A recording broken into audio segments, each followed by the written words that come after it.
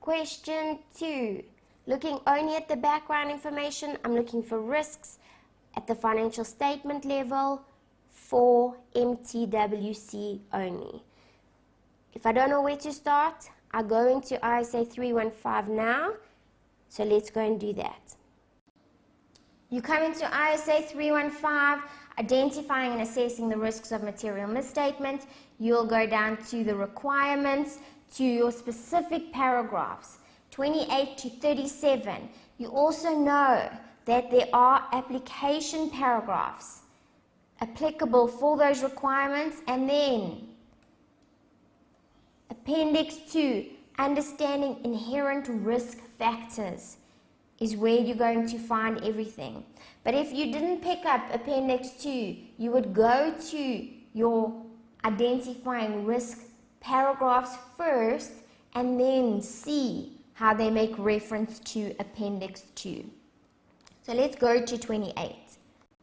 So identifying and assessing the risks of material misstatement, paragraph 28 says you've got to do it at 2 levels. So we're specifically interested in financial statement level.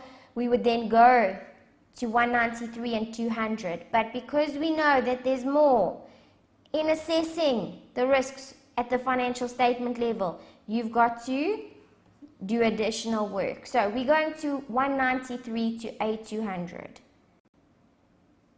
And it tells us what we're looking for. They're risks that are pervasive to the financials. They could affect many assertions.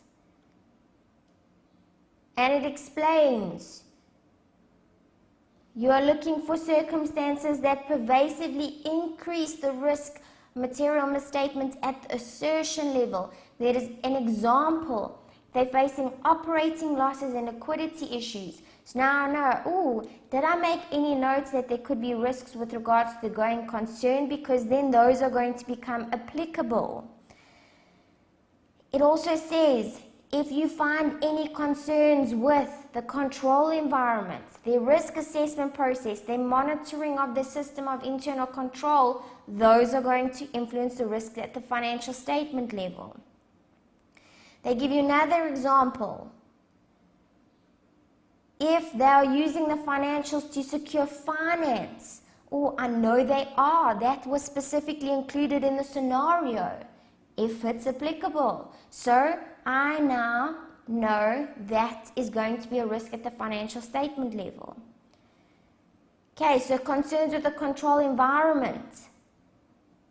Then again, any concerns about the integrity of management. So, were there concerns with management integrity? Because I know I need to include those risks at a financial statement level. Also, were there concerns with the information system and changes in the IT environment? Because those affect the risk at a financial statement level, so I can now go and include those. And then, guys, we finish at 200. And from 201, it moves on to the risk at the assertion level. But look there, Appendix 2 is then mentioned. So if you just skim down a little bit, you would have seen the reference to Appendix 2 and then thought, let me go there. So let's go to Appendix 2. And it explains the complexities around the recording of something so that there could be a risk at the financial statement level or assertion level, and then you've got your examples.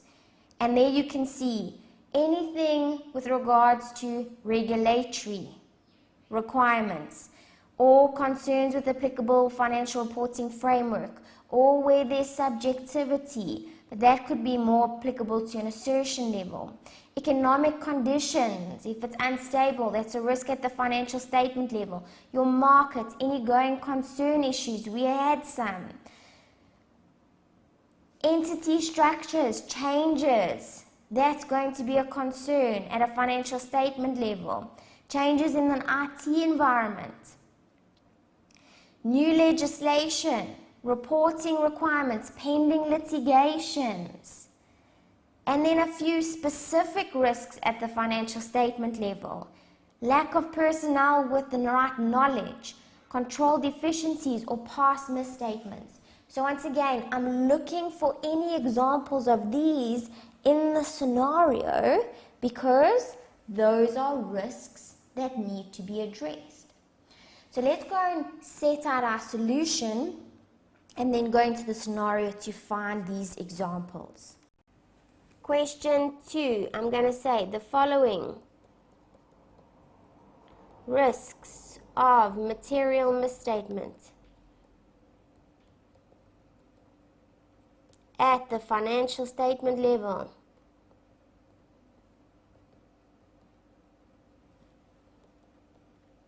have been identified. And guys, hopefully this will just reduce the amount of times I make a note of a risk of material misstatement.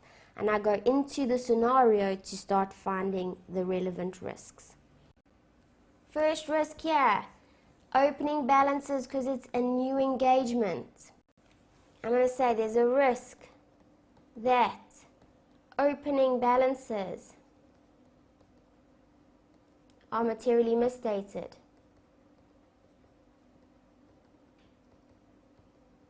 First and foremost.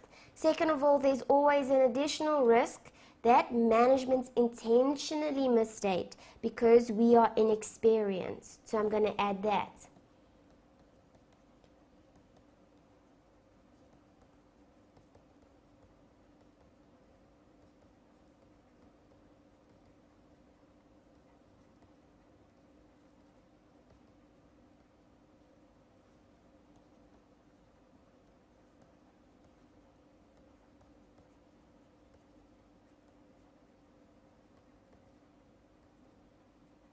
We went there last year to know that the opening balances are actually the closing balances of last year. Cross that off. I've got a group, but I can't discuss that. So my next risk is management integrity because of the disagreement with the previous auditors around accounting treatment. Guys, also there was that additional risk there that now the certain transactions, which we're not sure of, there could be lots, are not complied with IFRS, so I'm going to put both of those points down together. There's a risk that management integrity is lacking as a result of previous auditors being requested to resign due to a disagreement with the accounting treatment of certain transactions. Because there's multiple, I can make the risk of non-compliance with IFRS applicable to the risk at a financial statement level. If it was just one transaction, then it would be at the assertion level. So the risk of non-compliance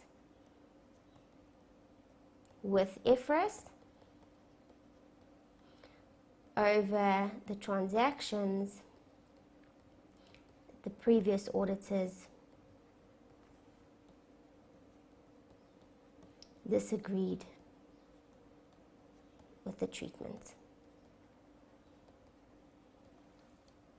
And I can cross that off. My next risk, they are listed. 2 risks that come from that. I've got the risk of non-compliance with the listing requirements therefore resulting in penalties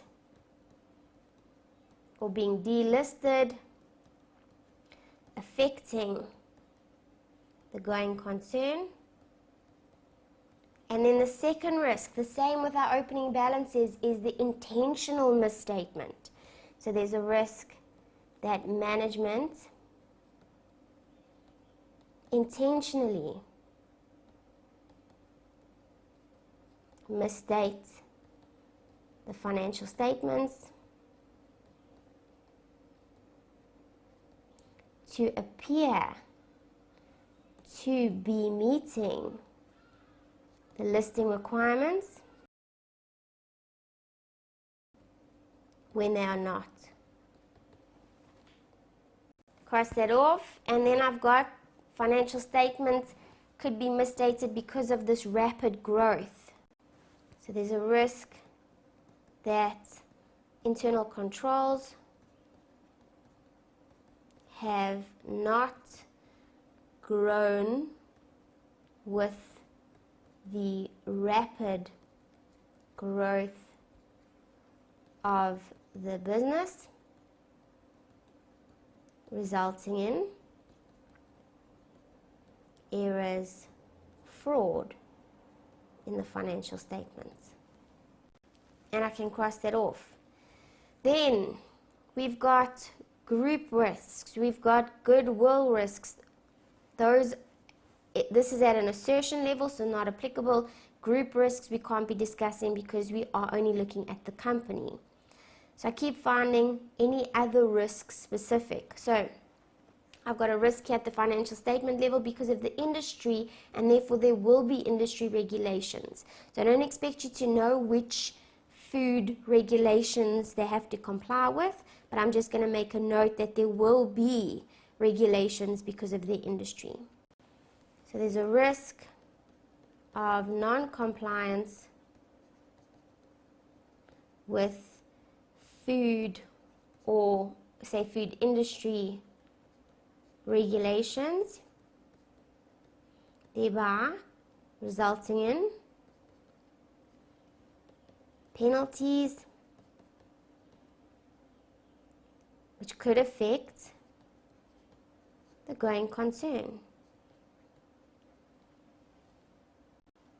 Cross that off, and then I've got that they are owner managed, and throughout we prove that they are owner managed, so I can discuss that risk. So I'm going to say there's a risk that the financial statements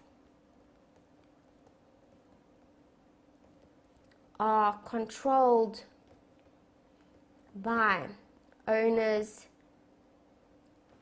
who manage the business. Therefore, they can be misstated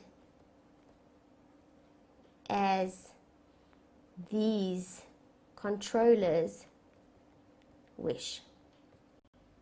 It's different when there is that segregation between the owners and the directors, because the directors are going to do their job to report according to what they want to report or how they should be reporting, and the owners or shareholders could have different expectations of what they want. But there's two different set of people there. However, when the directors are the owners, what the owners want the financials to reflect, the directors can then go and do manipulating for that because they're the same people. And I can cross that off. Then I've got your related party. So initially, guys, we would have addressed related party risk with the group, and so we've ignored it up until this point. But here you specifically see the transactions that are taking place between the related party. So now I can discuss how in the individual financials of MTWC, the related party transactions might not be at arm's length or disclosed. Okay, guys, if we didn't actually identify that there were specific related party transactions, you could still bring related party from your group risk and address it only in the company. It's not purely group, but generally we pick it up when we see the group. Okay, so it is going to be relevant to the companies, both in the individual capacity and then to the group in its consolidated capacity. So I'm going to say there's a risk that related party transactions between, and I'll be specific here because I know that there are farm stall and MTWC are not at arm's length or disclosed in the financial statements. And I can cross that off. Then I've got all these going concern risks. So I'm going to make a note there. A risk that they may not be able to continue, affecting the presentation of the financial statements, and then I'm going to put them all down. So I'm going to say the no source of income for the 3 months. I'm going to say losing the majority of their customer base and not being able to use their supplier. So there's a risk that the going concern principle is not applicable because of the following: 3 months of no trading in the lockdown, unable to use their current supplier, and loss of the majority of their customers to competition. And I'm going to cross that off. Okay, the fraud, guys, that was in COVID cookers. It was also before they purchased COVID cookers. However, they did go and purchase COVID cookers being aware of this. So you can definitely put it down as a risk with regards to management integrity.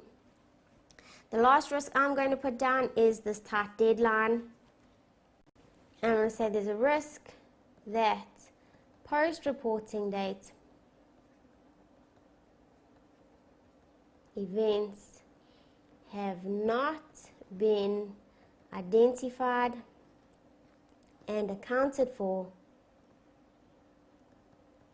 as a result of this tight deadline.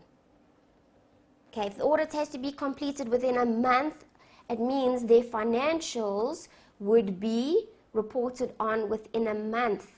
And there could be post-reporting date events that take place within 2 months that should actually have been accounted for in those financials and are not now because of this rush. Okay, guys, I've got more than 10. If I didn't, I would have been referring back to that appendix. Let's move on to question 3.